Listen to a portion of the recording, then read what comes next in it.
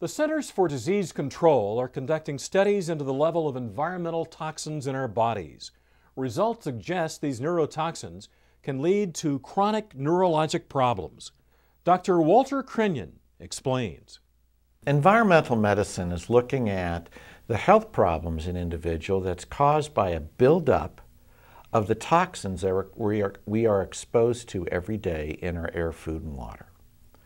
So like the United States CDC, Centers for Disease Control, is now doing ongoing studies to say, what are the level of toxins that is in you and everybody else living in the United States of America? Because we're all loaded with environmentally toxic compounds from, again, air, food, and water. So a number of these toxins that we all have in us damage the nervous system. They're neurotoxins. And they build up in the body, and we can develop then chronic neurologic problems.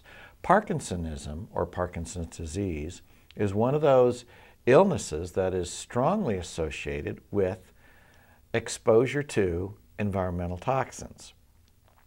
You might say that Parkinson's disease was the poster child for this.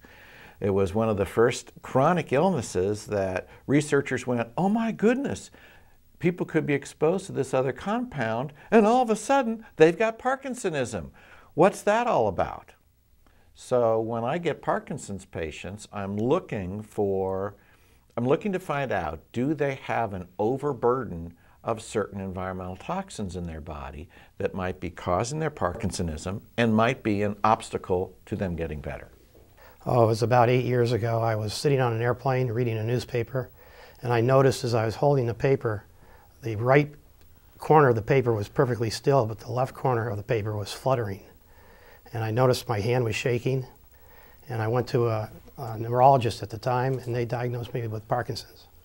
At that time, they put me on some medication, the usual regimen of Parkinson's medications that you give patients over the last 30, 40 years. Pretty much the Western standards, Mirapex, Sinemet, Amantadine.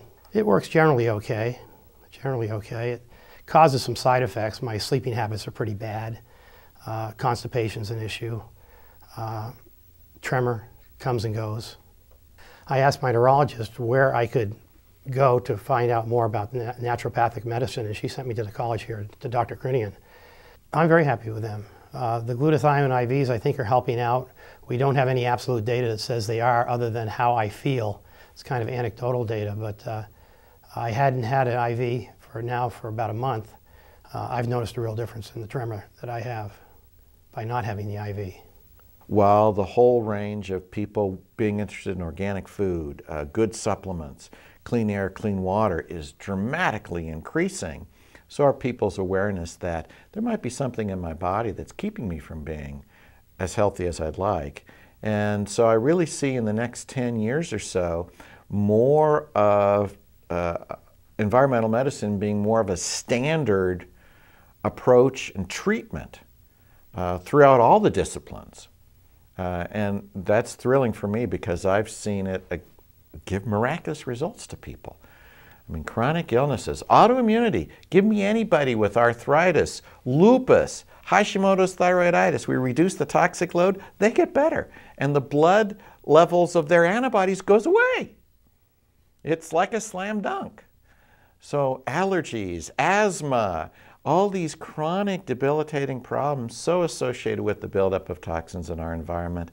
And it sounds frightening, but it's relatively easy to reduce the load. You have to spend a little bit of time doing it and some focus and some money, but it pays huge dividends.